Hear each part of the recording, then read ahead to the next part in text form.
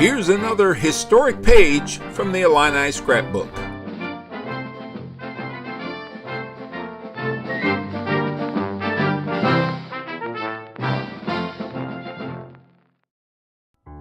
November 22nd, 1963, a date that most Americans over the age of 50 will remember as a milestone moment in their lives.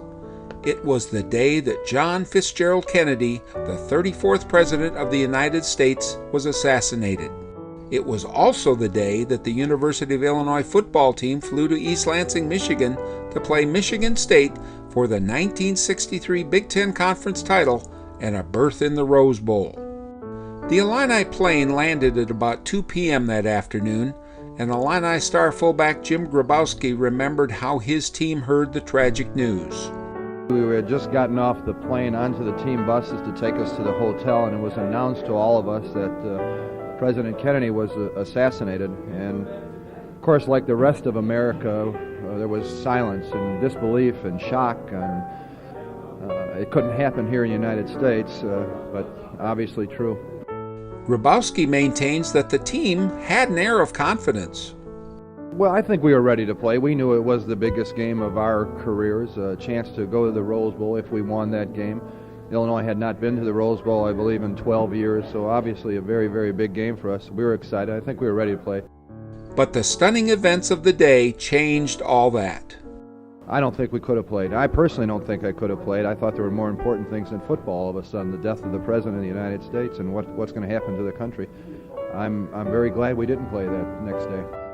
On Saturday morning, as the team was getting taped in their hotel before the game, the decision was made to postpone the battle at Spartan Stadium until the following Thursday, Thanksgiving Day. So the Illini flew back to Champaign for a few additional days of preparation. That only boosted Illinois' confidence. Well, I guess it just gave us a few more days to get ready for the game. When we came into Spartan Stadium here that day, we were all very, very confident that we could win the football game and go on to the Rose Bowl. The times, the president, of course, had been buried, and that was over, and we all felt that now we have to start thinking about what's important now to our lives is to play the game and get on and try to get to the Rose Bowl. We were ready to play. For Grabowski, the battle specifically boiled down to the performances of two men. The real key guy offensively for Michigan State then was Sherman Lewis, a great running back. But we had a great person to counteract that great running back, was maybe the finest linebacker that ever played collegiate football, Dick Butkus. And that was really the test, I think, in the game. It was the speed of Sherman Lewis against the strength and the great ability of Dick Butkus. It was much more of a one-sided contest than Illinois' 13-0 victory indicated. Butkus and the Illini defense caused 7 turnovers, handing the Spartans their first shutout in nearly 3 years.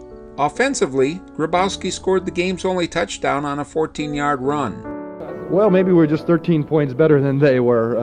Again, I go back to we shut them out, and it was Dick Butkus and Don Hanson and George Donnelly were the great players for our defensive team.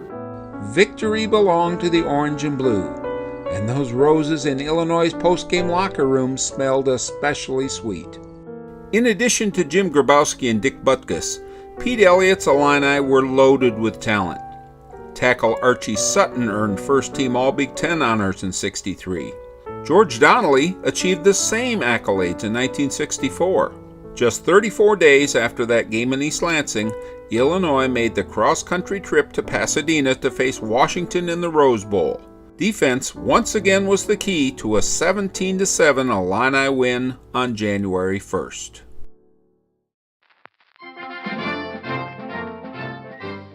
This has been another historic page from the Illini scrapbook. I'm Mike Pearson.